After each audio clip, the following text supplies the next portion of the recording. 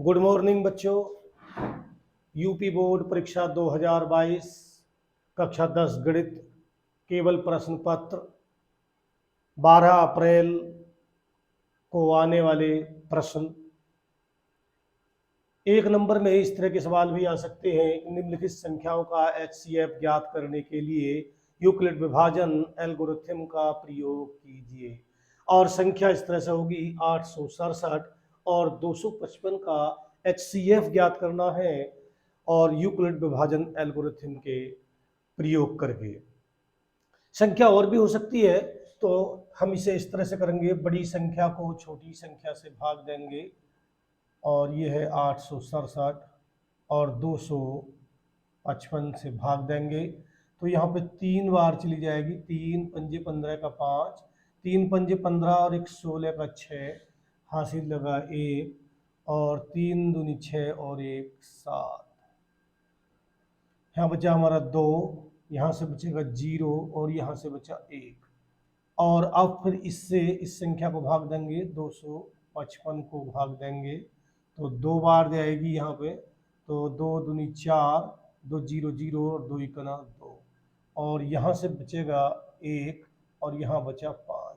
फिर इसे 102 को भाग करेंगे तो 51 दूनी 102 यानी कि 2 इकना 2 और 2 पंजे 10 और अब शेष फल हमारा 0 हो गया। तो इसे हम इस तरह से लिख देंगे 867 बराबर 255 बार गई 3 और प्लस शेष फल बचा 102। अब 255 को लिखेंगे 255 बराबर 102 से भाग देंगे और बार गई 2 और प्लस शेष फल बचा 51। फिर 102 को भाग देंगे 51 से तो बार गई 2 और शेषफल हो गया 0। जब शेषफल 0 हो जाता है, जिस संख्या से भाग देने पर शेषफल 0 आ गया, तो हमने 51 से भाग देने पर शेषफल 0 हुआ तो HCF बराबर हो गया इसका 51।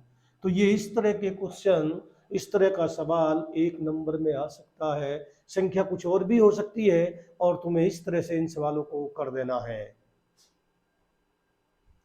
और इस तरह का भी सवाल आ सकता है, बिना लंबी विभाजन प्रक्रिया की ये बताइए कि निम्न परिमेय संख्या के दशमलव प्रसार शांत है या अशांत आवर्ती है। यदि शांत है तो दशमलव प्रसार लिखो। तो ये संख्या इस तरह से है, इसका हमें पहले देखना है कि इसका दशमलव प्रसार शांत है या अशांत है। तो संख्या कुछ और भी हो सकती है, इसके स्थान पर संख्या दूसरी हो सकती है, बदल के आ सकती है। तो हम पहले हर के अभाज्य गुणनखंड करेंगे। हर के अभाज्य गुणनखंड,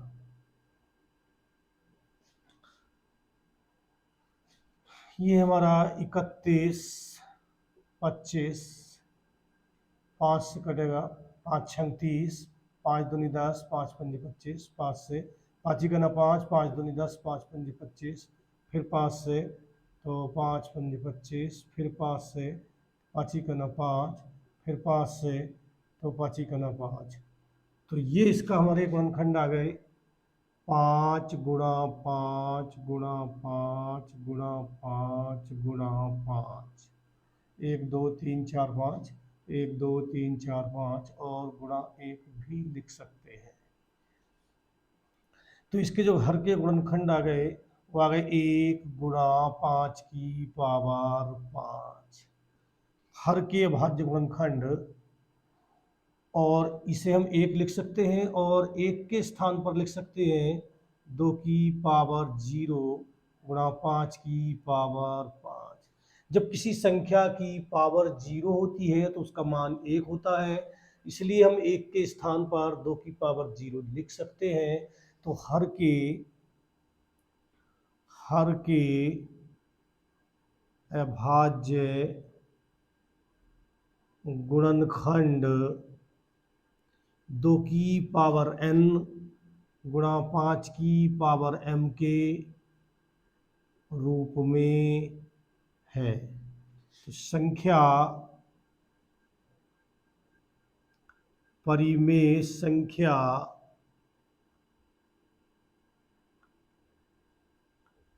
शांत दशमलव है। और जब ये संख्या शांत दशमलव है तो इसका हम प्रसार करेंगे, प्रसार दशमलव प्रसार लिखेंगे। तो दशमलव प्रसार इस तरह से लिखेंगे 13/31/25 और इसे लिख देंगे 13 इसके 2 की पावर 0 गुणा 5 की पावर 5। तो हम दोनों संख्याओं की जो घातें हैं वो सेम करेंगे, बराबर करेंगे। और बराबर करने के लिए 13/2 की पावर 0 गुणा 5 की पावर 5। तो 2 की पावर भी 5 होनी चाहिए, तो हम अपनी तरफ से 2 की पावर 5 से गुणा कर देंगे, नीचे भी और ऊपर भी। बात बराबर हो जाएगी। फिर हम इसे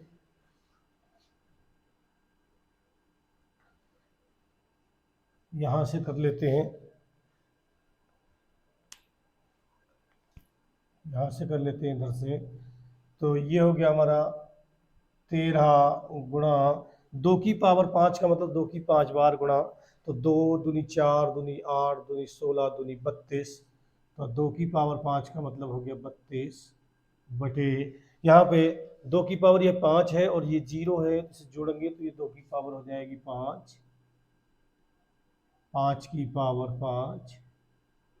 और इसे लिखेंगे 13 दूनी 26 का 6 हासिल लगे 2, 13 तिया 39, 39 और 2 हुए हमारे 41।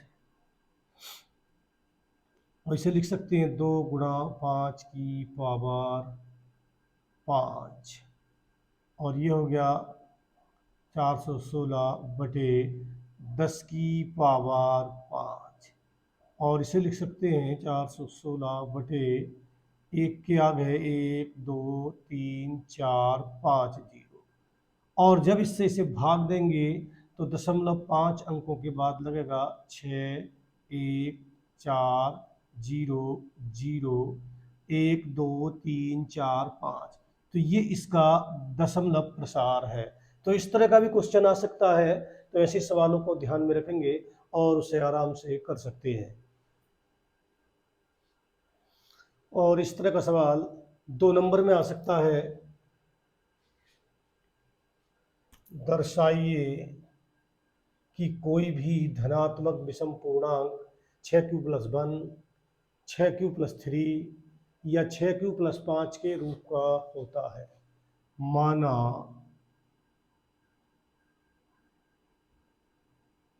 कोई धनात्मक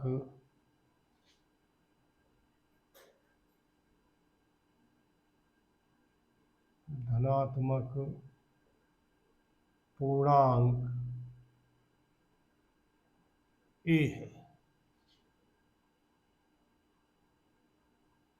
जहां ए बराबर 6q+r और r बराबर 0 1 2 3 4 और 5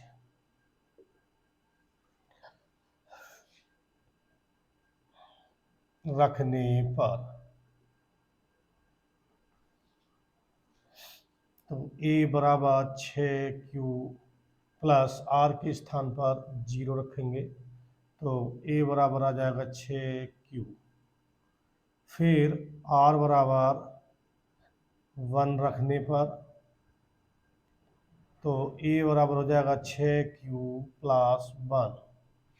फिर r बराबर 2 रखने पर तो a बराबर हो जाएगा 6q+2। r बराबर 3 रखने पर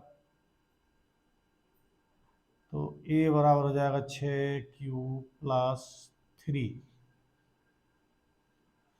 r बराबर 4 रखने पर ए बराबर हो जाएगा 6Q प्लस 4। आर बराबर 5 रखने पर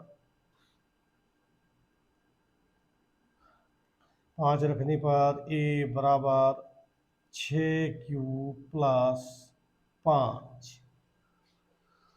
अब ये इस तरह से ये हमारी संख्या सम संख्या है।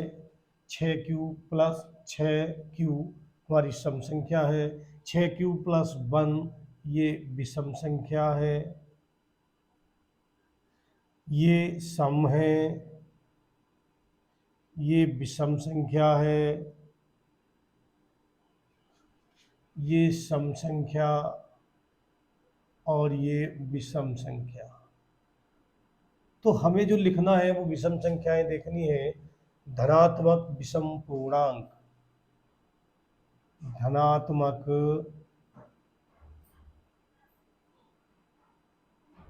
विषम पूर्णांक,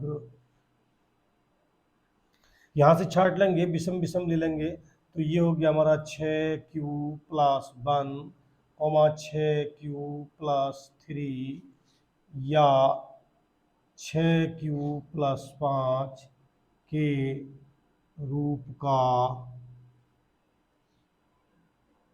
होता है। यही हमें सिद्ध करना है। विषम विषम ले लेंगे, ये हमारी विषम संख्या है, ये विषम संख्या है और ये भी विषम संख्या है। और यदि सवाल में पूछा जाता है कि सम सम पूछा जाए तो सम सम संख्या ले जाएंगे। 6Q plus 2, 6Q plus 4। तो इस तरह से हम इसे एक सवाल से दो सवाल बना सकते हैं। सम भी पूछ सकता है और इसमें विषम पूछा गया है तो हमने ये विषम बता दिया है। अगर सम पूछेगा तो सम वाली संख्याओं को छांटकर लिख सकते हैं। और निम्न के HCF और LCM ज्ञात करो और जांच कीजिए कि दो संख्याओं का गुणनफल बराबर HCF गुणा LCM है। तो इस तरह का भी सवाल आ सकता है। तो इसे हम कर सकते हैं 510 का इसके गुणनखंड करेंगे, 2 से कर लेंगे पहले। तो 2 दूनी 4 बचा 1, 2 पंजे 10 और 2 पंजे 10। फिर इसे 3 से काट सकते हैं तो 3 अट्ठे 24, 3 अट्ठे 24 बचा यहाँ से हमारा 1, तो 3 पंजे 15। फिर काट सकते हैं हमसे, 3 से काट लें तो 3 दूनी 6, फिर 3 से नहीं कटेगा ये, फिर कटेगा 5 से। तो 5 से 5 ही करना 5, बचे यहाँ पे 3 हो गए 35, तो 5 सत्ते 35। फिर 17 से काटेंगे तो 17 ही करना 17। तो ये इसके 510 ये अभाज्य गुणनखंड हो गए 2 गुणा 3 गुणा 5 गुणा 17। और 92 के भी इसी तरह से टुकड़े कर लेंगे। तो ये हो गया हमारा 92 यानी कि 92, 2 से कर लेंगे। तो 2 से 2 चौक 8, 2 छक्का 12, फिर 2 से कर लेते हैं, 2 दूनी 4 और 2 तिया 6, और फिर 23 से 23 ही करना 23। तो ये आ गया हमारा 2 गुणा 2 गुणा 23। हमें निकालना है इसका HCF। HCF होता है हाईएस्ट कॉमन फैक्टर। तो इन दोनों संख्याओं में हाईएस्ट कॉमन फैक्टर है हमारा 2। तो ये HCF इसका हमारा 2 हो गया। और अब निकालेंगे इसका LCM। तो LCM बराबर हो गया, जो दोनों में कॉमन है वो लेंगे, और जो बच गया यहाँ से बचा 3, फिर 5, फिर गुणा 17, नीचे यहाँ से बचा 2 और फिर गुणा 23। इनकी हम गुणा कर लेते हैं। तो 2 पंजे 10, 10 दूनी 20 और 20 दिया 60, 2 पंजे या 3 पंजे 15, 15 दूनी 30 और 30 दूनी 60 और गुणा 17 और गुणा 23। इसकी हम गुणा कर लेंगे। 17 छक्का 102 गुणा 23। अब हम इसकी 23 से गुणा कर लेते हैं। 3 0 0, 3 दूनी 6 और 3 0 0, 3 इकना 3, 2 0 0, 2 दूनी 4, 2 0 0 और 2 इकना 2, 0 6 4 3 2। तो ये हो गया हमारा 23,460। तो ये हमारा एलसीएम हो गया। और अब हमें निकालना है, जांच करनी है इसकी। तो इसकी लेफ्ट हैंड साइड ले लेंगे, बायां पक्ष ले लेंगे, LHS लेफ्ट हैंड साइड, दो संख्याओं का गुणनफल। तो दो संख्याएं हमारी हैं 510 और 92। तो 510 और 92, इसकी हम गुणा कर लेंगे। 2 इकना 2 और 2 पंजे 10, 9 इकना 9 और 9 पंजे 45, 2 9 और 5 6 और ये आ गया साहब 46,920। और अब इसका हम राइट साइड ले लेते हैं, RHS HCF गुणा LCM। HCF है हमारा यहाँ पे 2 और LCM है 23,460। इसकी 2 से गुणा कर देंगे तो 2 0 0, 2 छक्का 12 का 2, 2 चौक 8 और 1 9, 2 तिया 6 और 2 दूनी 4। तो ये हमारी दोनों संख्याएं बराबर हैं। तो LHS बराबर है RHS के। तो इसका मतलब दो संख्याओं का गुणनफल बराबर है HCF गुणा LCM के। और इस तरह का भी सवाल आ सकता है, सिद्ध करने के लिए सिद्ध कीजिए कि √5 एक अपरिमेय संख्या है। और इसके स्थान पर इस तरह से भी आ सकता है कि 2 + √5 एक अपरिमेय संख्या है। इस तरह से भी आ सकता है। और 5 के स्थान पर √3 भी आ सकता है। और इसके स्थान पर √2 भी सिद्ध कर सकते हैं। वो भी इसी तरह से सिद्ध करेंगे जैसे हम ये सिद्ध कर रहे हैं। तो इसमें मान लेंगे, माना √5 परिमेय संख्या है जो x/y के बराबर है। x, y में 1 के अतिरिक्त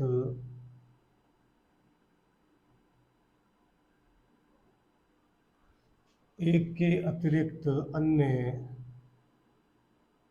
कोई उभयनिष्ठ गुणनखंड नहीं है।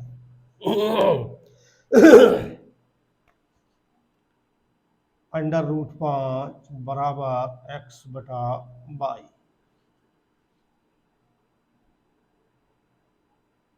परिमेय संख्या। आधी गुणा कर लेंगे इसके, तो ये हो जाएगा √5y बराबर x। दोनों पक्षों में वर्ग कर देंगे इसके, दोनों पक्षों में वर्ग करने पर तो ये हो जाएगा 5y² बराबर x²। और y² बराबर x²/5, यानी कि x² 5 से विभाज्य है। x² 5 से विभाज्य है, इसलिए x 5 से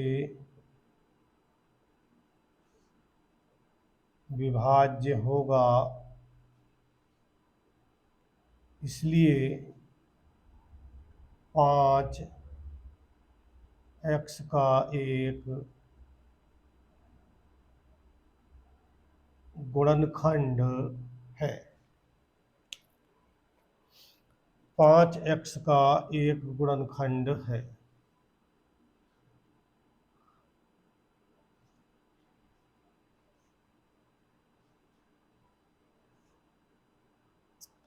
x फिर दोबारा से मान लेंगे, माना x बराबर 5 z रखने पर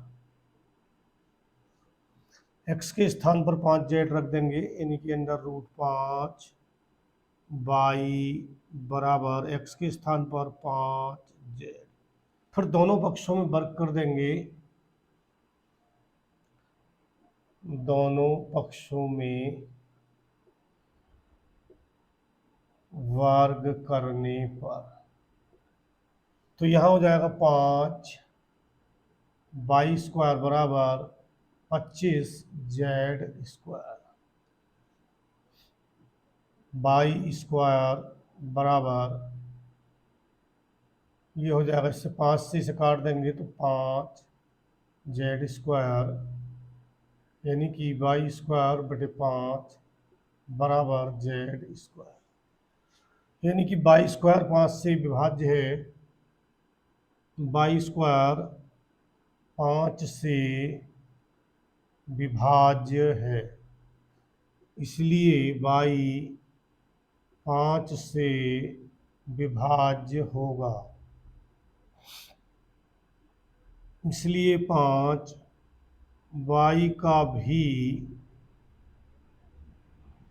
गुणनखंड है,